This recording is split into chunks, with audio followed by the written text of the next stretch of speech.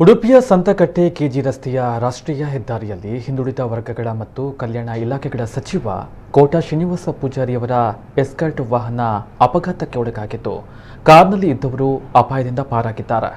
ಚಾಲಕನ ನಿಯಂತ್ರಣ ತಪ್ಪಿ ಡಿವೈಡರ್ ಮೇಲೆ ಏರಿದ ವಾಹನ ಪಲ್ಟಿಯಾಗಿದೆ. ಸಣ್ಣ ಪುಟ್ಟ ಗಾಯಗಳೊಂದಿಗೆ ಬೆಂಗಾವಲು ಸಿಬ್ಬಂದಿ ಪಾರಾಗಿದ್ದಾರೆ. ಗಾಯಾಳು ಸಿಬ್ಬಂದಿಯನ್ನ ಉಡುಪಿಯ ಖಾಸಗಿ ಆಸ್ಪತ್ರೆಗೆ ಸಚಿವ ಕೋಟಾ ಸೇರಿಸಿದ್ದಾರೆ. ಬೆಂಗಾವಲು ವಾಹನದ ಮುಂದೆ ಸಂಚರಿಸ್ತಾ ಇದ್ದ ಲಾರಿ ಸೂಚನೆ ನೀಡದೆ ಪಥವನ್ನು ಬದಲಿಸಿದ ಕಾರಣ ಅಪಘಾತ ನಡೆದಿದೆ ಎನ್ನಲಾಗಿದೆ.